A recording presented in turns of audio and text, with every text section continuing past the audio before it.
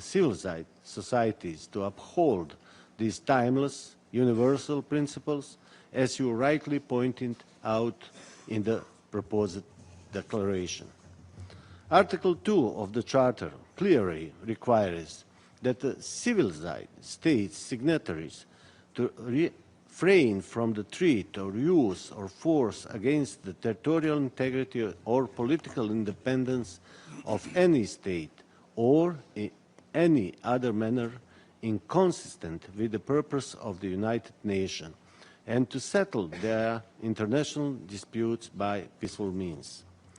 There cannot be fortune or blessing in taking away the land of other people, killing civilians, children, conducting ethnic cleansing or genocide for any political goal, national interest, or worse, for the business profit, anywhere in the world.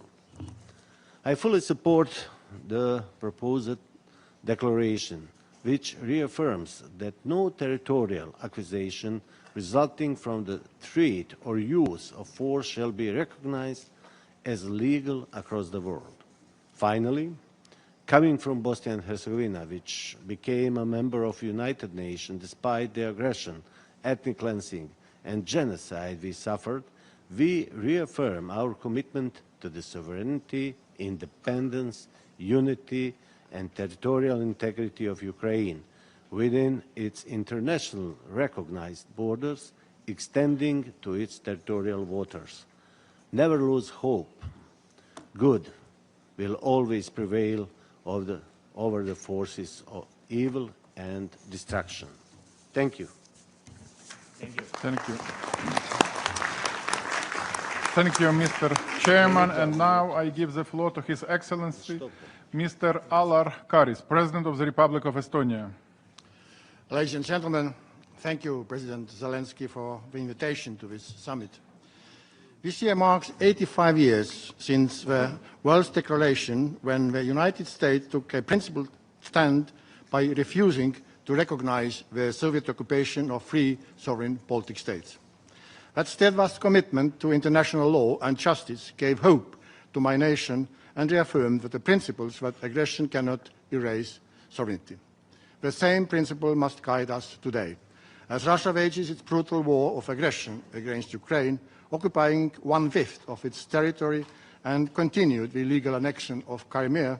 We must remain unwavering in non-recognition, just as the three Baltic states of World War stood firm for the Baltic nations.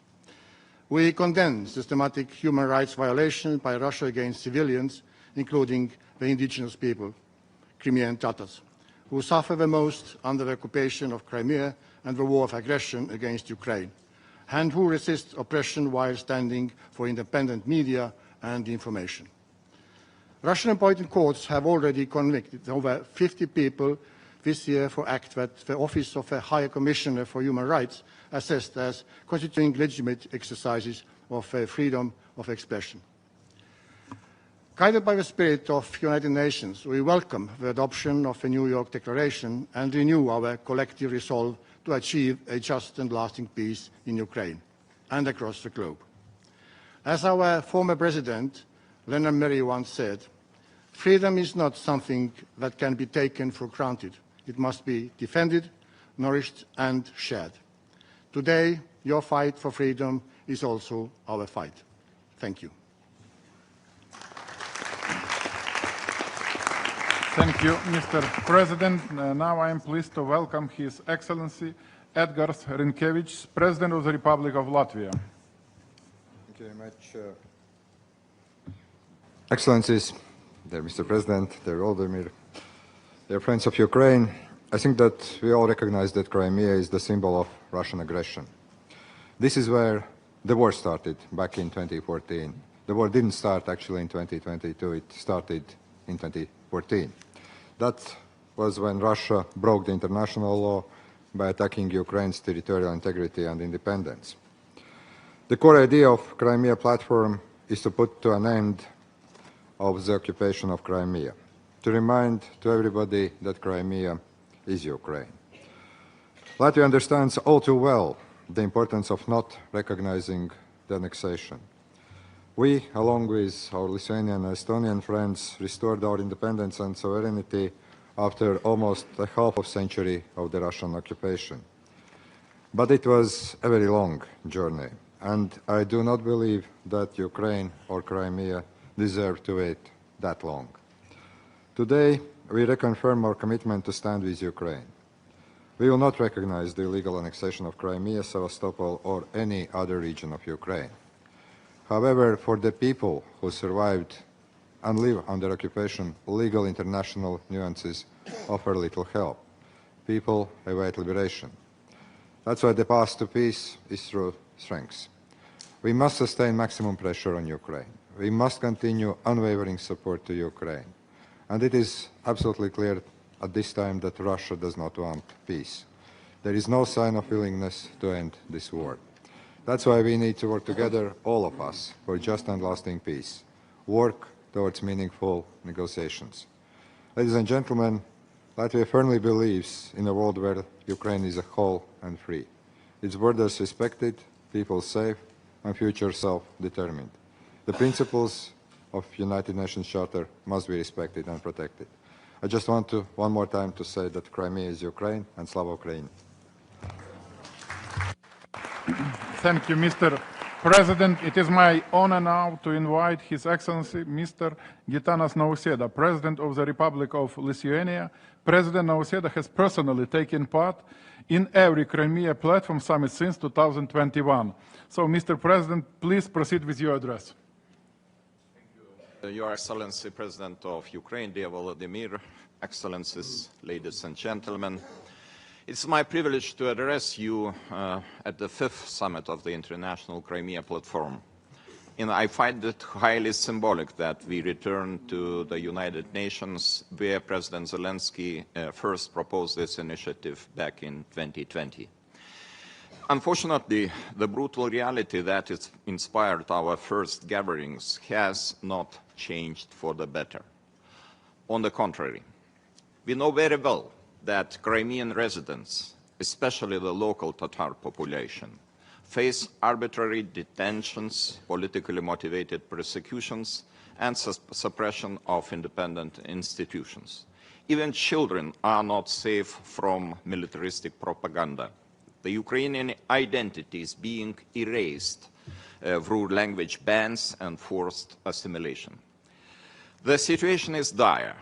Detainees are denied medical care, subjected to torture, and face inhuman treatment, including sex violation. Religious freedom are restricted, independent media dismantled, and the judiciary weaponized against dissent. Ladies and gentlemen, Lithuania will never recognize Russia's occupation and annexation of Crimea, Sevastopol, or any other Ukrainian territory. For us, Ukraine's sovereignty, independence, and territorial integrity are not up for negotiations. Supporting Ukraine, we help it defend the core principles of the UN Charter, and we will not be silenced. Lithuania calls for the immediate release of all illegally detained Ukrainian citizens in Crimea, journalists, human rights defenders, and activists. We urge the international community to stand with these individuals and ensure their voices are heard. Meanwhile, we are witnessing Russia's reckless behavior. As it continues to reject ceasefire proposals, Ukraine's cities and people are being showered with drones and missiles. A comprehensive ceasefire must precede any meaningful negotiations. Neither is this the time to talk about the easing of sanctions. A weak international response to the occupation and illegal annexation of Crimea in 2014 enabled Russia's full-scale war in 2022. We must not get tired to support Ukraine. We will be standing with Ukraine until its ultimate victory. Thank you, and Slava Ukraini. Thank you, Mr. President.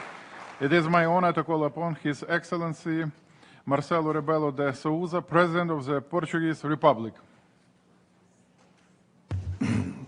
Mr. Chairman, President Zelensky, Mr. Mustafa Zemirev.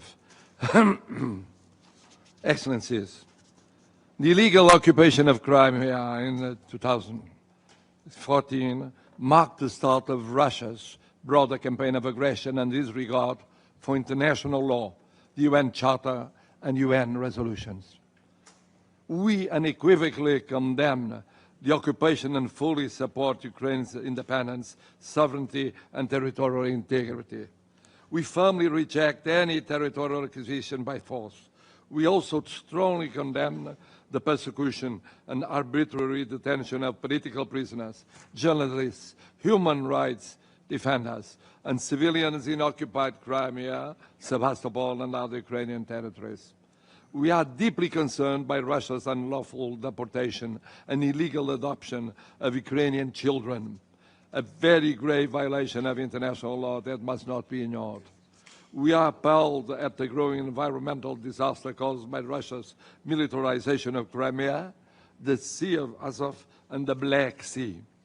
We call for the immediate release of all unlawfully detained civilians and the safe return of abducted children and other forcibly transferred individuals.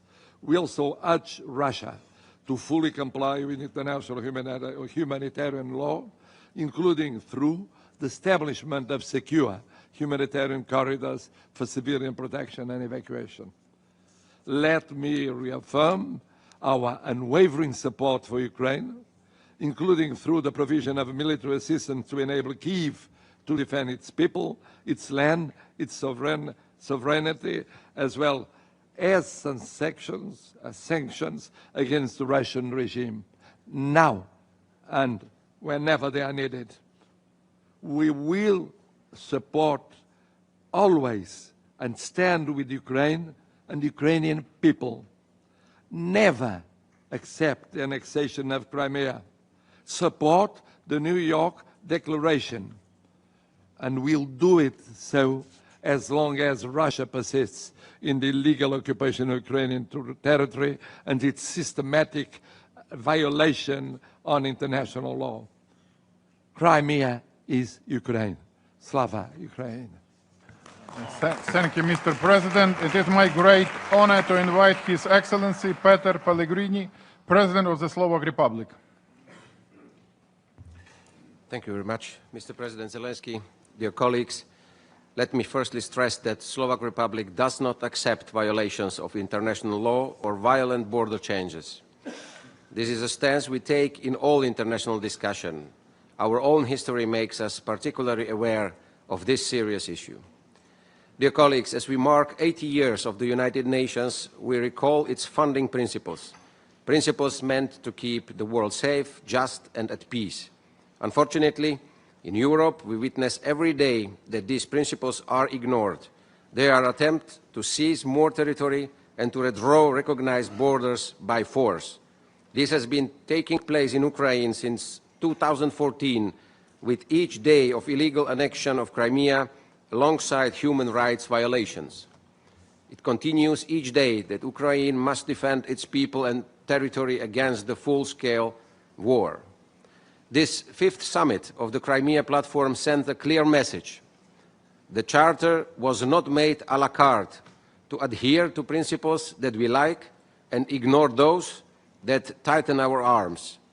A world without rules, where violence and force dictate the fates of others, is unacceptable. We send a strong message today that any violation of territorial integrity by force is intolerable.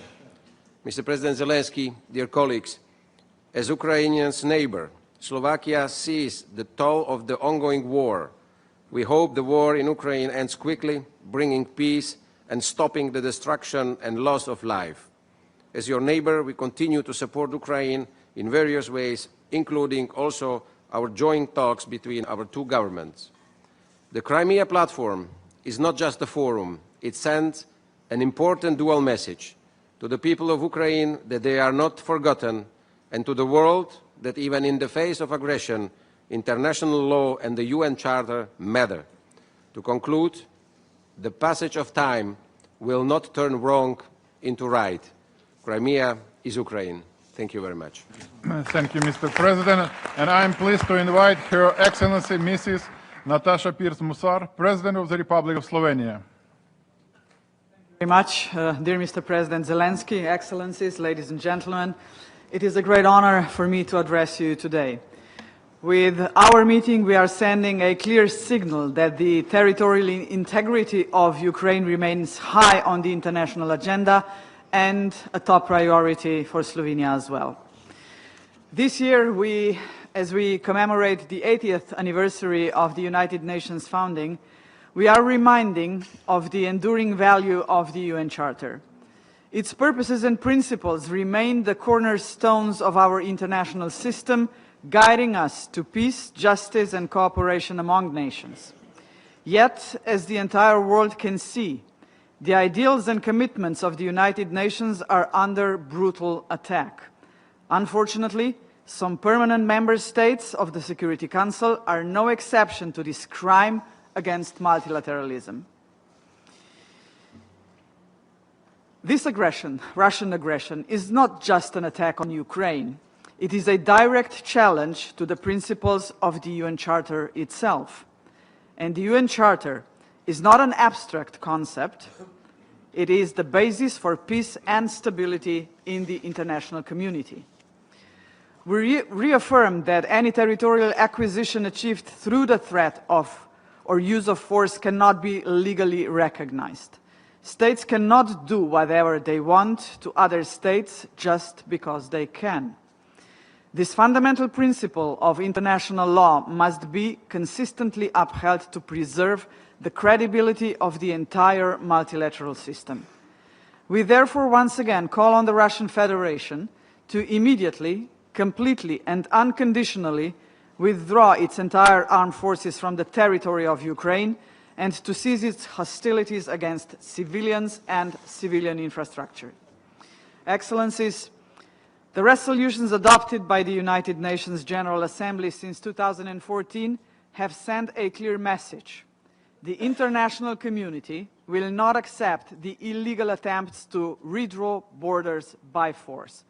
However, as long as these resolutions are not implemented, it is our responsibility to continue to raise our voices, act and strengthen our joint efforts in defense of international law. In this context, Slovenia welcomes the adoption of the New York Declaration, which reaffirms our common commitment to the UN Charter and to a rules-based international order. Let me conclude by emphasizing that our goal is not only to stop the aggression, our shared responsibility is also to work towards a just and lasting peace in Ukraine, a peace that respects Ukraine's sovereignty and territorial integrity and restores confidence in multilateralism and the United Nations itself. Thank you very much. Thank you, Madam President. I have the honor to invite His Serene Highness Alois, Hereditary Prince of the Principality of Liechtenstein, to deliver his remarks, please. Mr. President Zelensky, Excellencies, today we have the opportunity not only to send a strong message of unity to Ukraine, but also to reaffirm our collective commitment to uphold the UN Charter consistently and to ensure peace and justice for all. Excellencies, it was the international community's half-hearted response to Russia's invasion of Crimea in 2014 that created the conditions for the full-scale invasion of 2022. Liechtenstein has condemned the illegal annexation of Crimea and of other illegally occupied territories of Ukraine. We have also underscored that we will not recognize and accept these illegal annexations.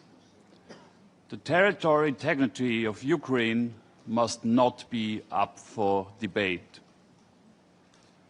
We have witnessed a dangerous erosion with respect to the legality of the use of force. In standing up for the territorial integrity of Ukraine, we are also making an essential statement to support these rules governing the use of force. The political leadership of the Russian Federation continues to lack the political willingness to engage in genuine peace talks. Liechtenstein continues to support a ceasefire and a just peace for Ukraine as outlined by the General Assembly. Excellencies, it is more urgent than ever to uphold perpetrators of the crime of aggression accountable. The agreement between the Council of Europe and Ukraine on the Special Tribunal on the crime of aggression sends an important signal in this respect, while a significant accountability gap remains unaddressed. Excellencies, we have a choice to make. Ukraine is unlikely to be the last state to be threatened by would-be aggressors. We should not resign ourselves to a more militarized world where the use of force is accepted as a commonplace.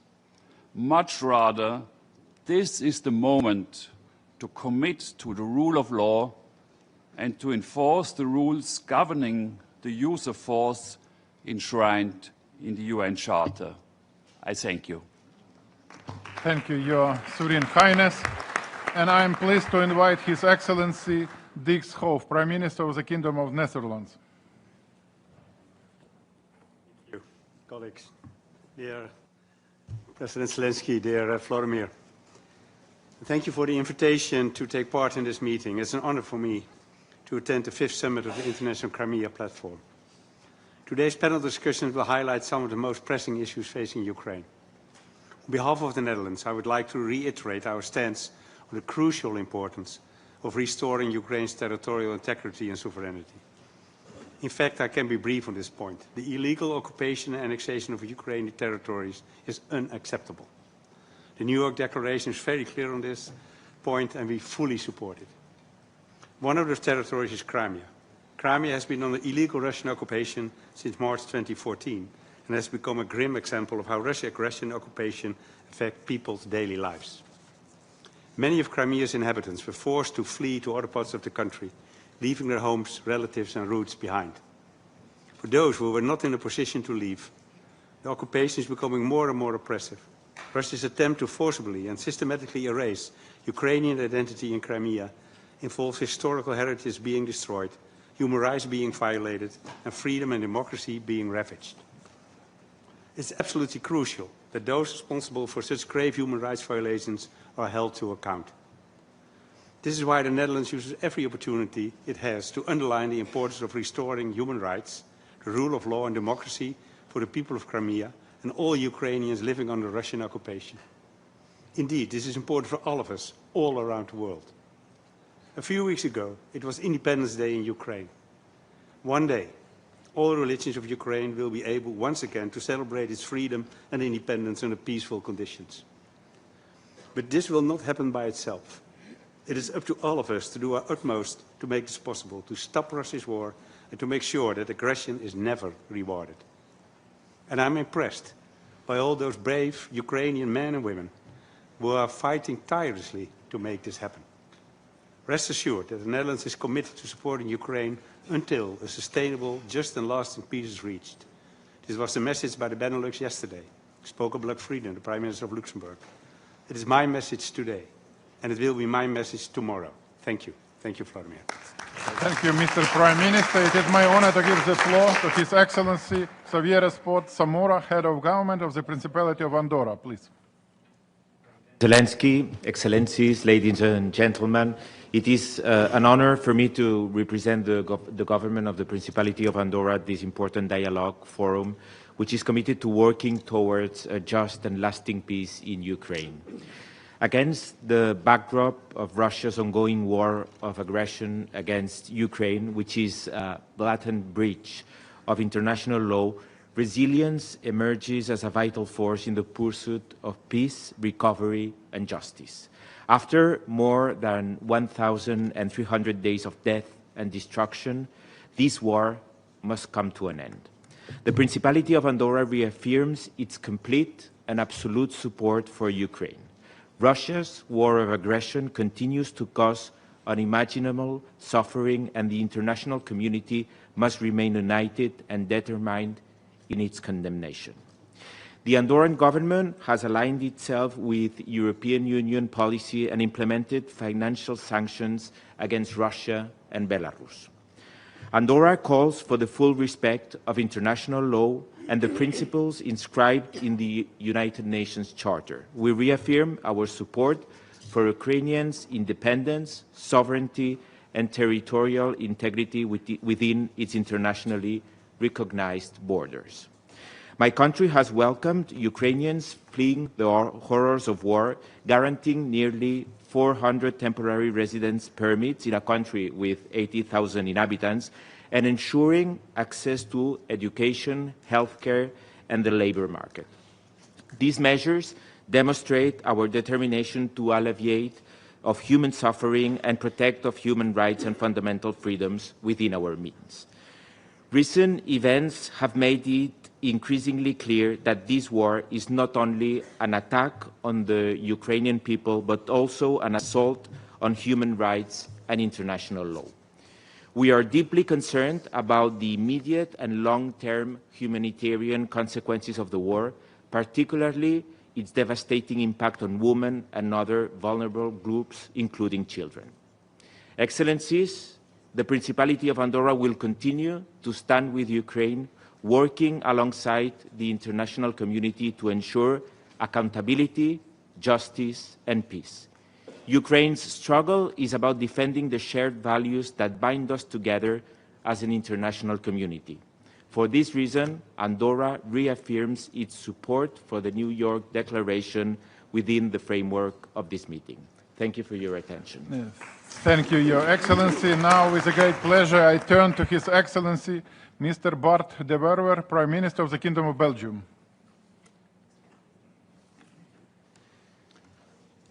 Thank you.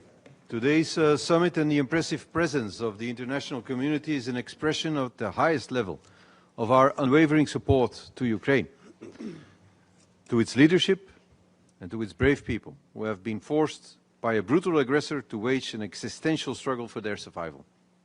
But we should also not forget that the war in Ukraine and our joint endeavor to defend the sovereignty and territorial integrity of Ukraine also includes the first region of your country that became a victim of present-day Russian expansionism, and that is the Crimea. We have worked successfully to put the issue of the illegal annexation of Crimea by Russia and the situation in the peninsula on the agenda of the international community whenever we could and on all possible fora. This job is far from finished. The persecution of the dissident voices in Crimea and the violation of the basic human rights of the Crimean Tatar community and of its leaders and activists continues unabatedly. When I visited Ukraine, I had the chance to talk to Crimean victims of the Russian occupation, and their tales were horrifying. I met a young boy who was forced to join the Russian Navy, and in the training camp he had dared to put down the Russian flag and replace it by his underwear. And I stood speechless at the bravery of that young boy. And that's why I'm proud to be here today, not only to confirm our principal position that Crimea is an unalienable part of Ukraine under the international law, but also to confirm our respect and support to all citizens in the peninsula who courageously stand up for their opinions and for their fights for those of their community. Slava Ukraini. Thank you, Prime Minister. And I am very pleased to invite His Excellency John Antonio Briceño, Prime Minister of Belize. Thank you very much, Excellency. President Zelensky. Belize recognizes your bravery and stands by you and your people. I wish to reaffirm Belize's firm commitment to Ukraine and that Crimea must be allowed to be where it rightfully belongs, with Ukraine. We attach high regard to the rule of law and to the peaceful settlement of disputes.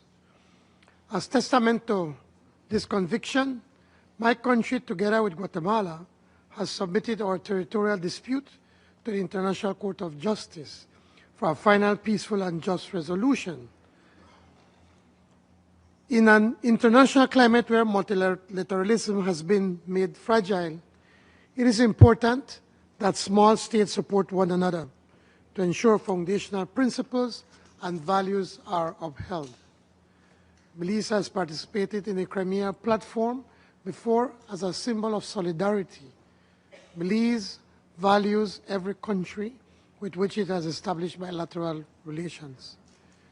Belize is also pleased to announce that we support the New York Declaration. Belize and Ukraine's bilateral relationship should work to advance new avenues, intertwining diplomatic support with trade and people-to-people cultural ties.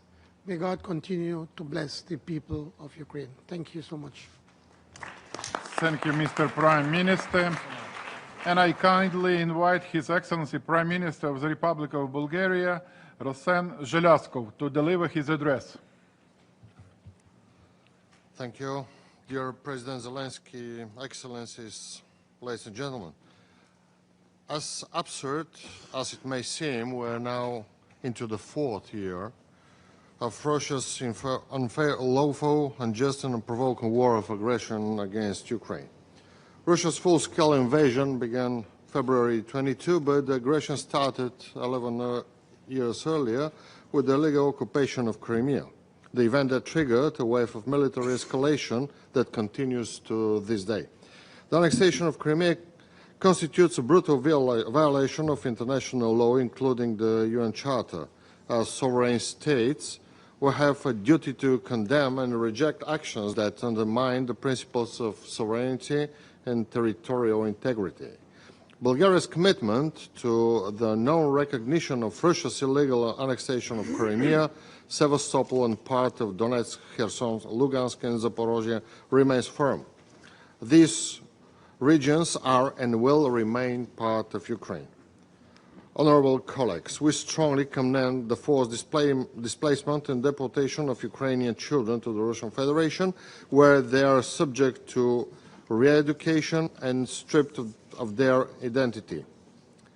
We call for full access for international human rights monitors to occupied areas. Accountability for all violations must be ensured. Crimea was once a sunny resort on the Black Sea, but the Russian occupation has turned into a launch pad for missile and drone attacks in southern Ukraine, effectively a battleground. We want to see Crimea as a place for recreation, not war. We urge the Russian Federation to commit to the diplomatic process led by the President of the United States, but sadly Russia still believes in bloodshed, not peace. A peace deal must not result in a frozen conflict or territorial concessions which would embolden future aggression. It must include credible security guarantees for Ukraine and consider the interests of both Ukraine and Europe.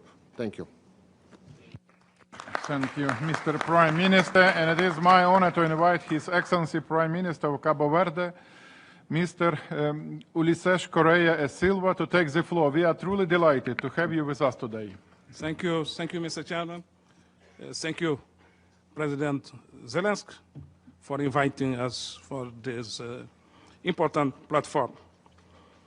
President Zelensky, we consider this meeting important as we see it as a way to find more sustainable and lasting solution to the war in your country, Ukraine. The government of Cabo Verde, since February 2022, had a firm position regarding this conflict. We didn't change our position.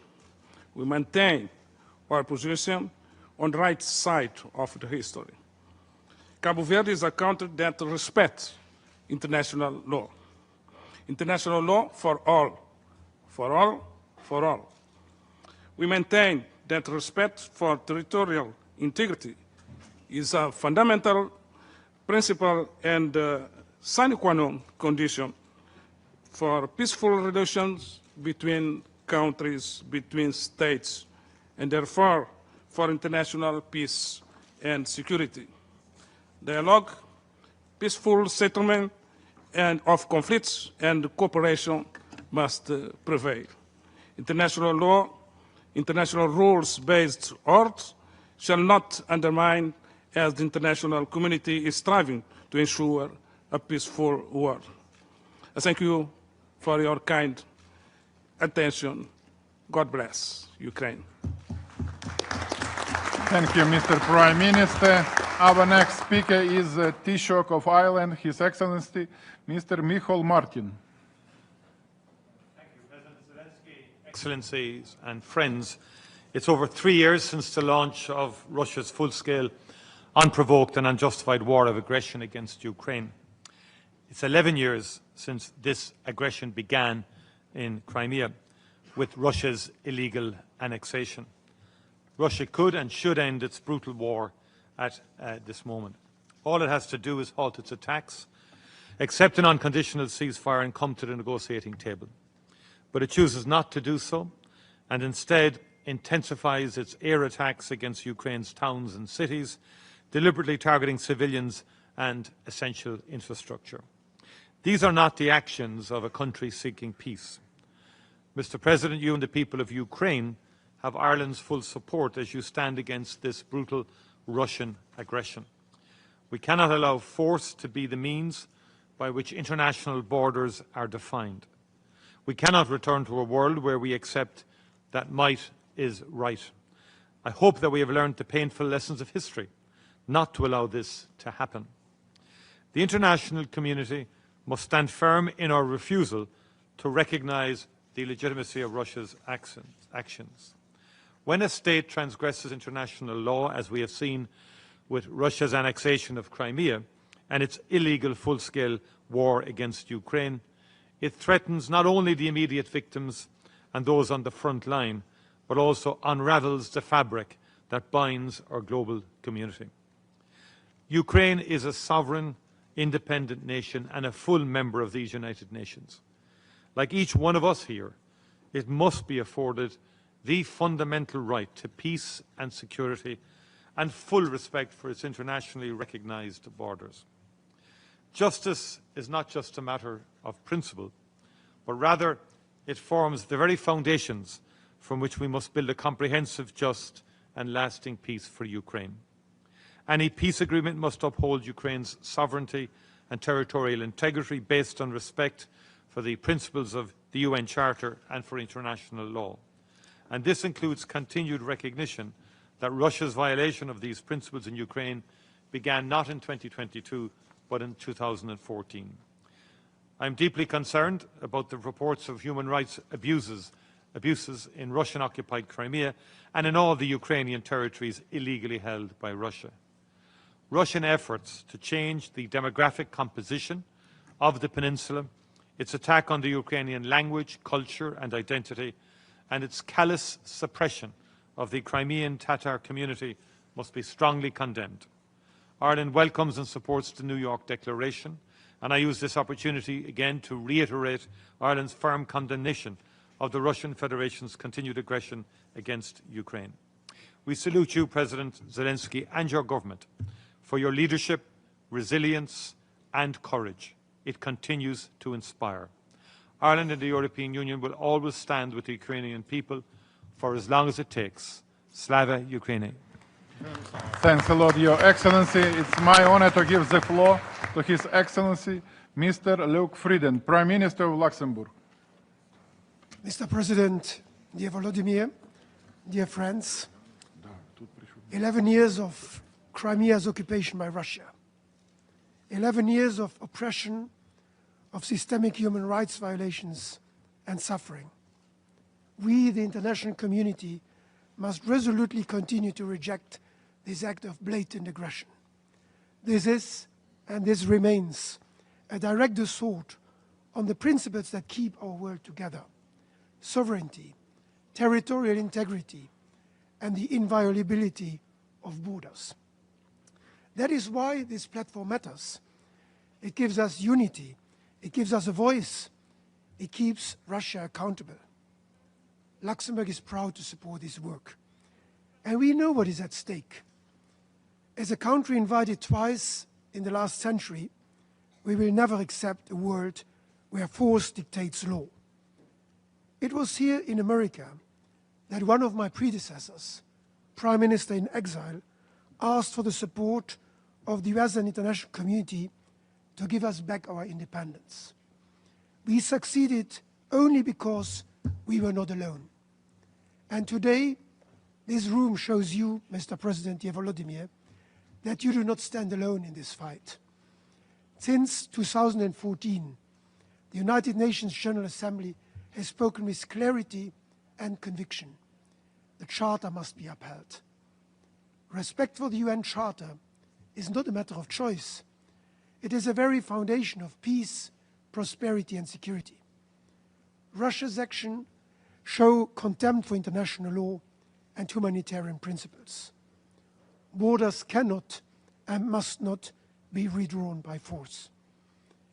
And therefore, let me once again pay tribute to the Ukrainian people, your courage, your resilience, your determination. You are not only defending your land, you are defending the values we share. You continue to inspire us. Luxembourg stands firmly with Ukraine. Your fight for freedom is our fight too. And we will remain by your side until peace, full sovereignty, and justice prevails. Thank you. Thank you. Thank you, Mr. Prime Minister. Our next speaker is the Prime Minister of the Republic of Malta, His Excellency, Mr. Robert Abella. Please.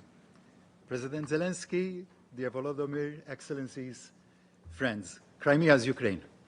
11 years since its forced annexation, the Russian Federation continues to assert its illegitimate occupation of the Autonomous Republic of Crimea and the city of Sevastopol in violation of Article 2, Sub-Article 4 of the UN Charter.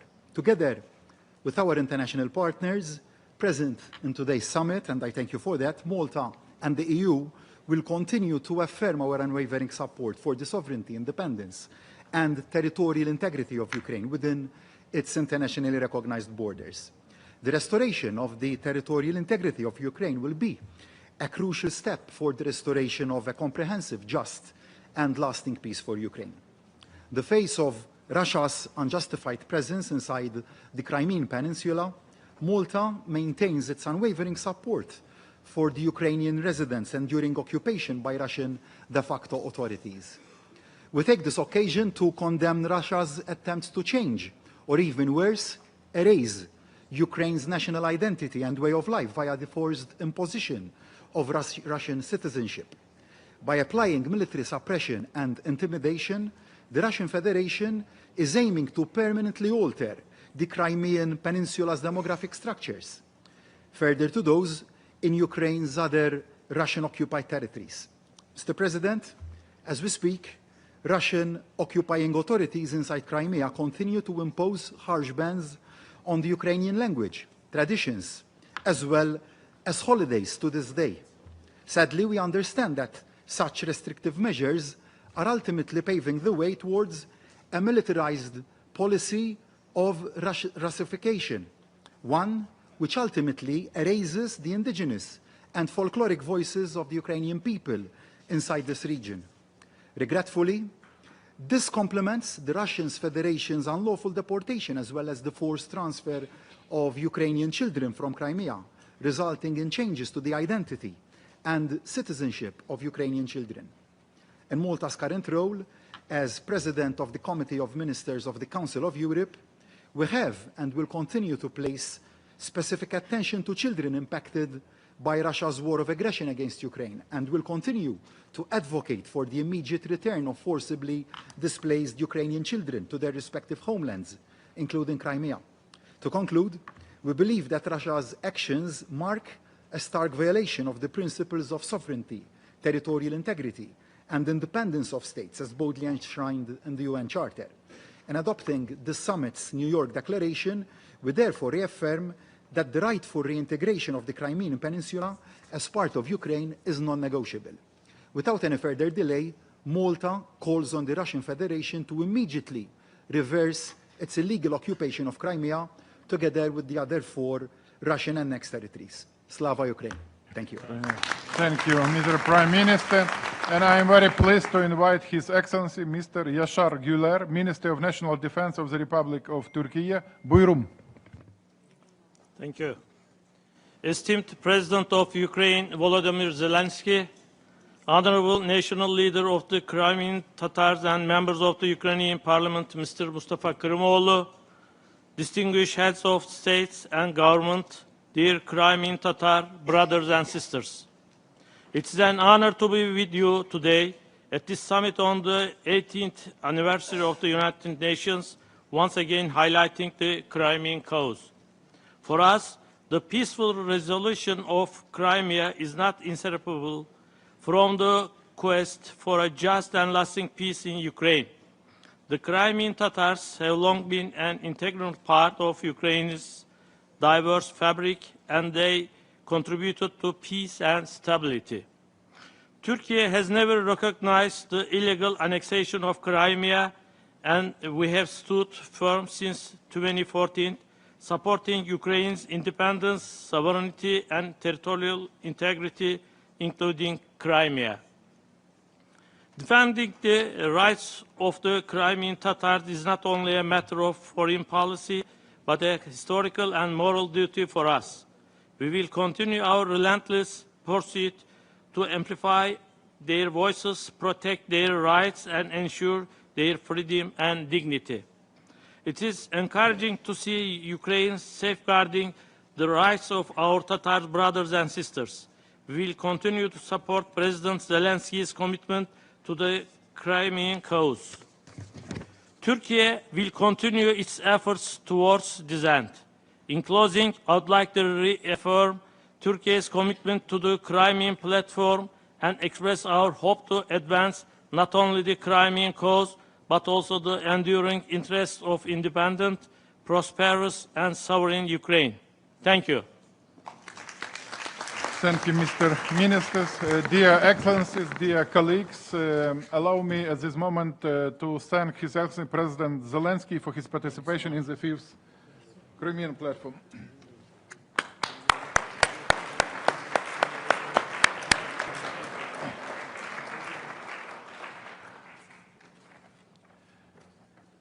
Dear colleagues, I am very pleased to invite Her Excellency Ms. Elina Valtonen, Chairperson in Office of the Organization for Security and Cooperation in Europe, Minister of Finland. Excellencies, I have the privilege to speak today both as the Minister for Foreign Affairs of Finland and as the Chairperson in Office of the OSCE, the Organization for Security and Cooperation in Europe.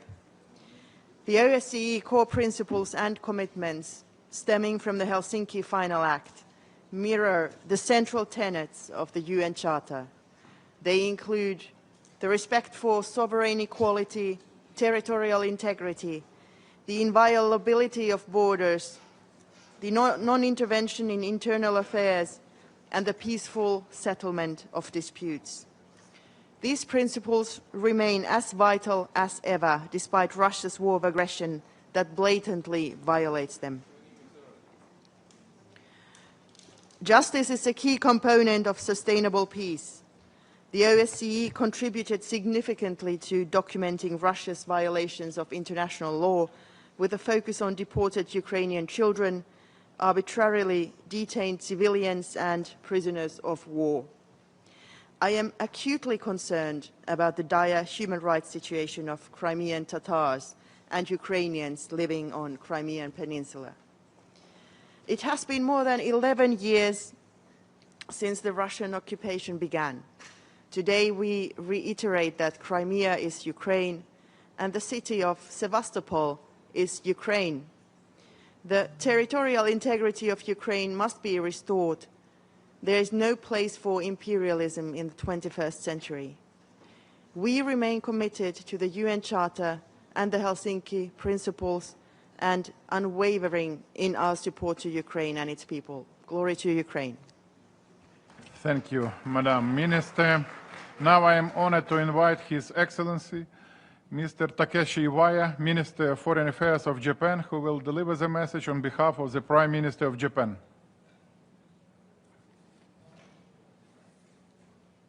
Thank you, Minister Shibiha. Today, I'd like to deliver the statement of Prime Minister of Japan, Mr. Ishiba, on his behalf. 3.5 years have passed since the beginning of Russia's aggression against Ukraine. We renew our respect for the day-to-day effort of the Ukrainian people to defend their country and freedom. The host of this meeting, President Zelensky, encourages Ukrainian people every day and night who endure tension and anxiety and fight for their own future. A president bravely makes every single effort toward peace in homeland. We would like to express our utmost respect for him. Japan supports the sovereignty and territorial integrity of Ukraine, including Crimea. We are deeply concerned about the suffering of those who were displaced from their home, including Crimea. Through today's meeting, we reaffirm to the international community the principle that unilateral change of the status quo by force is unacceptable. Russia continues its brutal attacks, showing no signs of concrete steps toward peace. Now is the time for us to stand united together to draw a swift and positive response from Russia that leads to a just and lasting peace.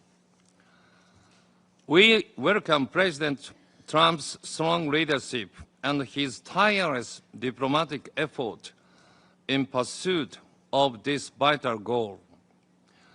The intensive discussions on security guarantees for Ukraine, mainly led by European countries, are very important for achieving peace. Japan is determined to actively participate in these discussions and to play an appropriate role in bringing peace to Ukraine. From this viewpoint, Japan is in coordination with the international community to support Ukraine and to put sanctions against Russia. On September the 12th, we announced additional sanctions against Russia. We will continue our unwavering support for Ukraine and promote our effort for recovery and reconstruction through public-private partnership to strengthen social and economic resilience of Ukraine, to move closer to achieving two goals, which are an early ceasefire and a just and lasting peace. Japan will closely work with all countries present today. Thank you. Thank you, Your Excellency, and I am very pleased to invite the last speaker, Her Excellency Minister Ms. Maria Malmer-Stenengard. Dear Ukrainian friends, friends of Ukraine, allow me to briefly make 2 points. First, Russia is the aggressor, and aggression must never be rewarded. Crimea is Ukraine, as are Donetsk, Luhansk, Kherson, and Zaporizhzhia. Respect for sovereignty and territorial integrity is not optional. Disregarding the rules and principles enshrined in the UN Charter would not only risk renewed aggression against Ukraine, but would also set a dangerous precedent. Moreover, we owe this to the Ukrainians on the temporarily occupied areas and to those who bravely fight for their freedom. Second, justice will prevail. We are firmly committed to ensuring full accountability for the countless crimes and human rights violations. 11 years after the illegal annexation of Crimea and the city of Sevastopol, and almost 4 years into the full-scale invasion, independent reports have documented large-scale violations of international law. These include extrajudicial killings, arbitrary arrests, torture, unlawful deportations, and forcible transfer of children, forced mobilization of Ukrainian civilians into Russia's armed forces, politically motivated prosecutions, and repression of ethnic and religious groups, in particular Crimean Tatars. Accountability is key for justice to the victims and a deterrent against future violations. In this context, we welcome the steps taken towards establishing a special tribunal for the crime of aggression against Ukraine. Before ending, I would like to underline that since Russia shows no interest in peace, as shown by the continuous attacks on civilians, we must keep maximizing our pressure on Russia and support for Ukraine in its legitimate pursuit of a just and lasting peace. Slava Ukraini. Thank you, Madam Minister. Dear friends, dear colleagues, ladies and gentlemen, excellencies, dear friends, as we close this summit, I thank all those who joined us today despite the demanding schedule of this week. This format was created by President Zelensky in 2021, yet it has proven to be as relevant as ever. Every year, the number of its participants keeps growing.